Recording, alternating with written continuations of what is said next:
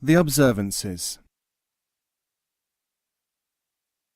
A man named Khalil said, "I waited for years to be allowed to take part in the ceremonies, the sacred dance, even the musical recitals of the dervishes. But Arif Anwar, the murshid or guide, never admitted me.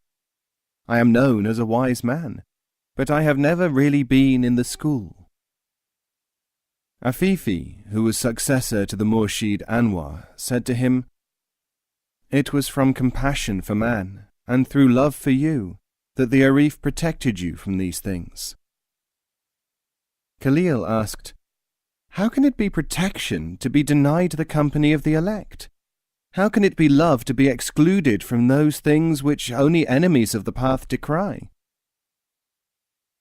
Afifi answered, "You mistake the caperings of the exhibitionist, the self-indulgent of the aesthete, and the self-deception of the imagined disciple and imagining master for the road to truth of the teaching.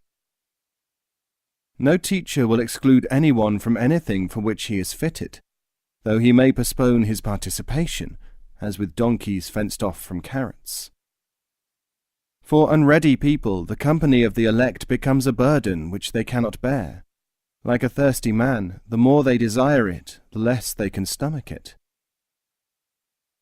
It is a celestial kindness which allows sincere imitators to abound. They form groups and are made content by imitation. The unregenerate man attending true practices, in the presence of a true teacher, will be split asunder. Anwar preserved you in your rawness from exposure to this strain."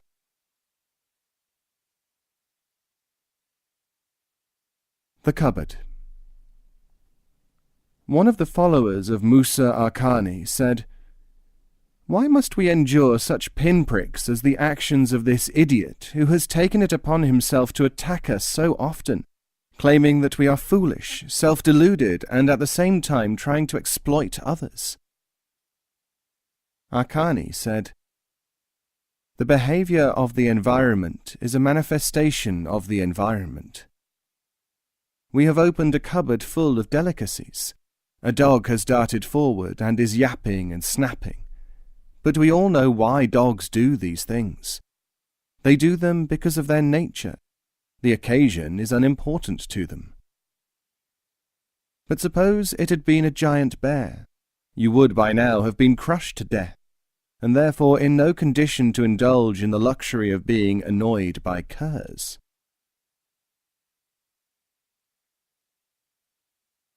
What has to be?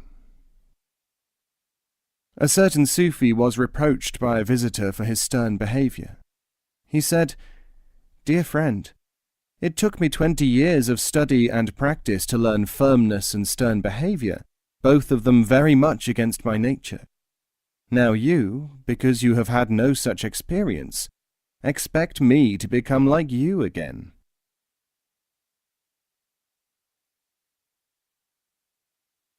Generous and humble. This interchange took place between Hariri and a visitor.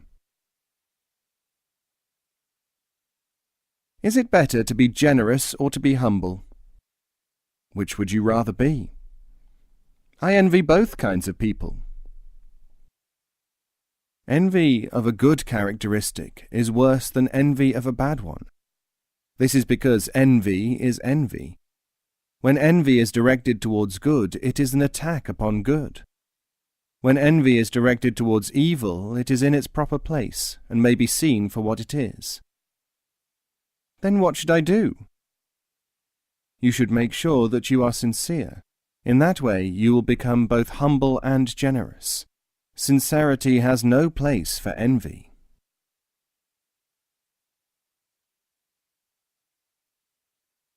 Books and Sages. A man started visiting a Sufi. After they had had 2 meetings, the visitor said, "Last time I was here, you were immersed in the affairs of the congregation. This time, I am glad to see, you are dealing with something more permanent, the organization of the order's estates." The Sufi said, Your interest in our shifting concerns is delightful to contemplate." The visitor went away, feeling happy that he had pleased the Sufi. One of the disciples asked, "In what way was his concern for organizational matters pleasing?" The Sufi said, "It reminded me of the delight which I felt when my children were young. The first day their teacher started to speak of mathematics, they did not like the lesson because he dealt with 1 orange plus 1 orange equals 2 oranges, and they wanted something more serious than mere oranges. Later they were pleased because in the very next lesson he happened to say 2 books plus 2 books equals 4 books. They said, 'Now we are getting to the real thing. He is talking about books.'" The dunderhead we have just seen, whose grandfather, as it were, never suspected that the Sufi way may be taught by any activity, or sometimes perhaps none, is a suitable candidate for charity.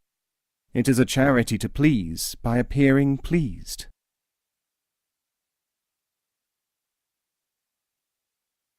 Two scholars and a Sufi. 2 scholars were talking. The first scholar said, "I have written 200 books, and people are respectful towards me as a great scholar.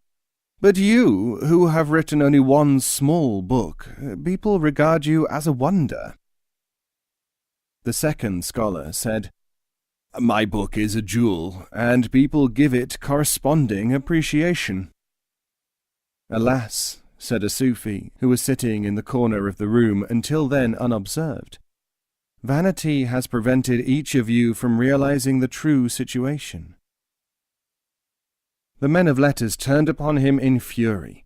At first they vented their spleen upon the dervish, but he did not reply. When they had unburdened themselves of their anger, curiosity began to take hold of them, and they said,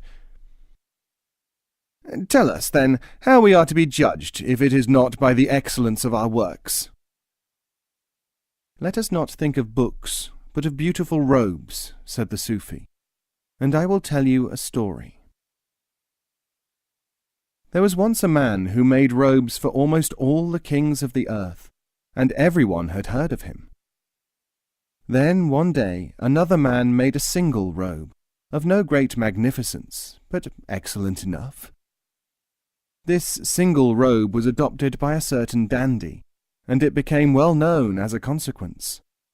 The people who had known the maker of this garment before he started his career were correspondingly impressed, and they honoured him, and regarded him as a wonder, a man chosen from among them for special distinction, upon whom fortune had smiled. And one day, when the first robe-maker appeared in the midst of these people, crying, "If you honour him, how much more must you think of me, for I clothe all the kings of Islam?" When this happened, nobody turned aside from their salutations to the maker of the solitary garment. The reason was, dear friends, that the maker of robes for all the kings on earth is too far away, too lofty, beyond the perception of the humble man. But to make just one robe, to have it selected by one man, to be rewarded for it, these are the things which everyone can understand.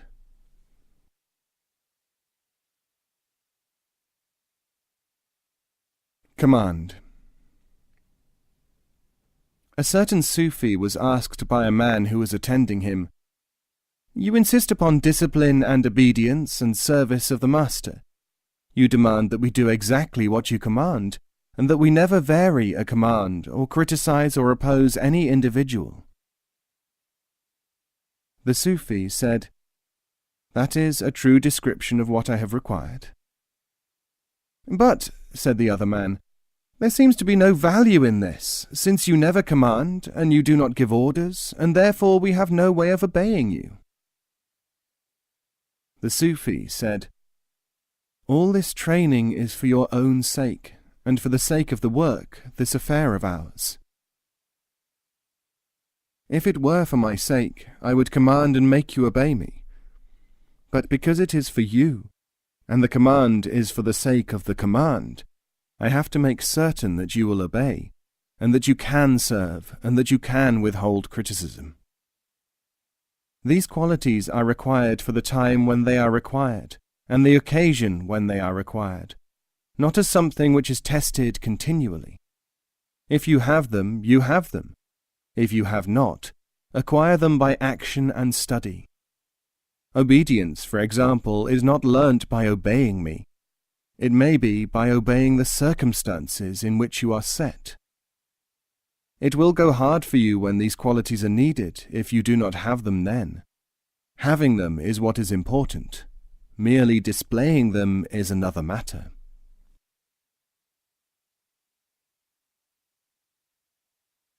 Incurring Blame. Why, asked a disciple of a Sufi, why does the dervish incur blame? He may incur blame, said his teacher, to expose to the general audience how ready people are to blame others, so that the observers may see this in themselves and be less likely to adopt this fault. He may attract reproach in order to reveal the baseness of certain blamers, who otherwise conceal their true characteristics. But just as a snake may look beautiful when basking, and needs fear or an attractive prey before he shows his inner nature, so the envious and the disappointed needs a defenceless-seeming man, or other attractive morsel, before he will abandon his mild outer countenance.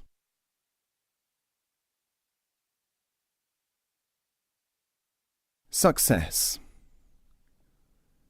A man went to a Sufi and said, "Teach me how to be successful."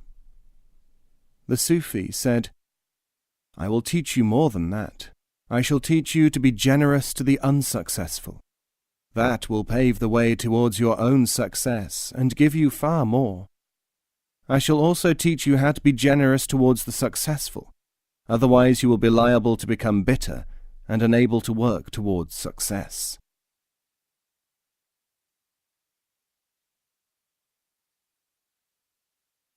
Three possible reasons. A dervish was sitting by the roadside when a haughty courtier with his retinue, riding past in the opposite direction, struck him with a cane, shouting, "Out of the way, you miserable wretch!" When they had swept past, the dervish rose and called after them, "May you attain all that you desire in the world, even up to its highest ranks."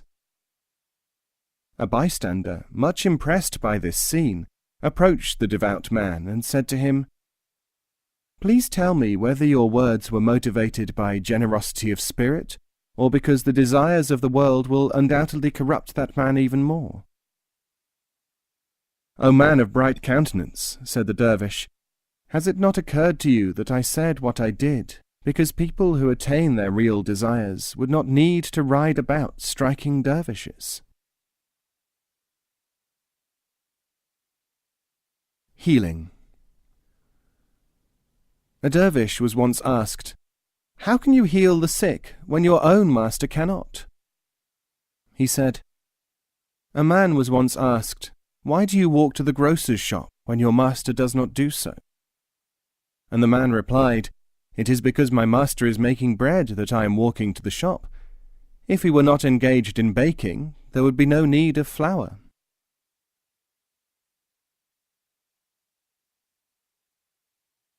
Dialogue.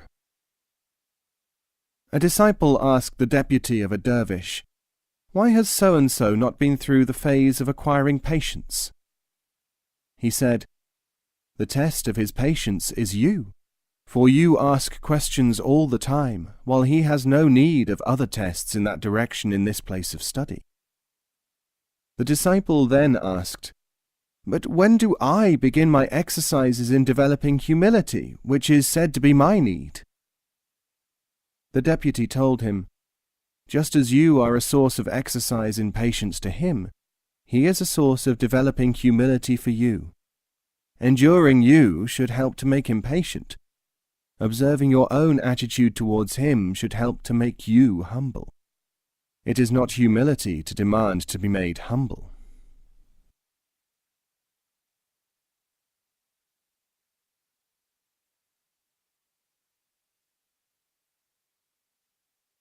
Meatballs.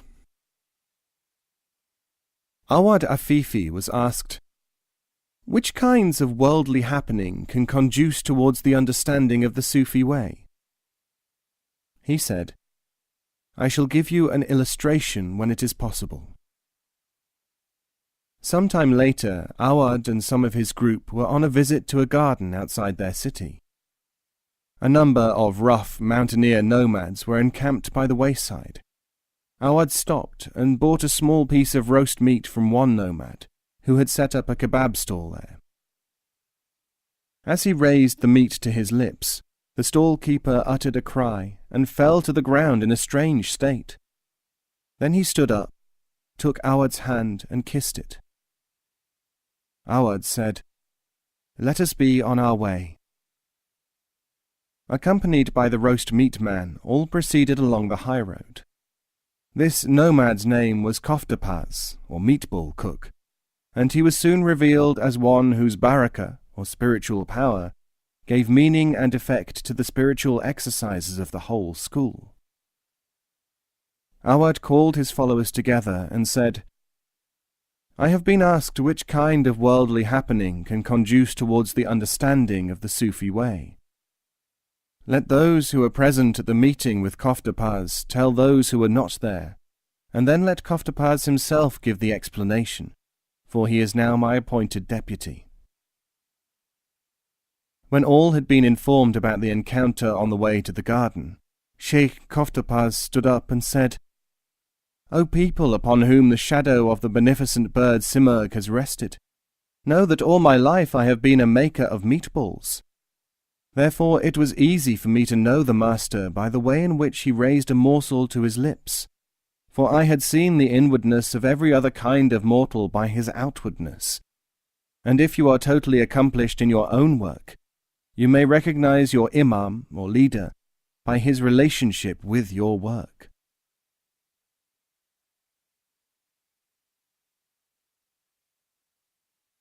At the Crossroads. A Sufi was sitting at a crossroads one morning when a young man came up to him and asked whether he could study with him. "Yes, for one day," said the Sufi. Throughout the day, one traveller after another stopped to ask questions about man and life, about Sufism and Sufis, or to beg for help, or just to pay respects. But the Sufi wanderer merely sat in an attitude of contemplation, his head on his knee, and he made no answer at all. One by one the people went away. Towards evening a poor man with a heavy bundle approached the pair and asked the way to the nearest town. The Sufi immediately stood up, took the man's burden on his own shoulders, and conducted him a part of the way along the right road. Then he returned to the crossroads. The young disciple asked, "Was that man, miserable peasant though he looked, really a saint in disguise, one of the secret wanderers of high rank?" The Sufi sighed and said, "He was the only person whom we have seen today who really sought the object which he claimed to want."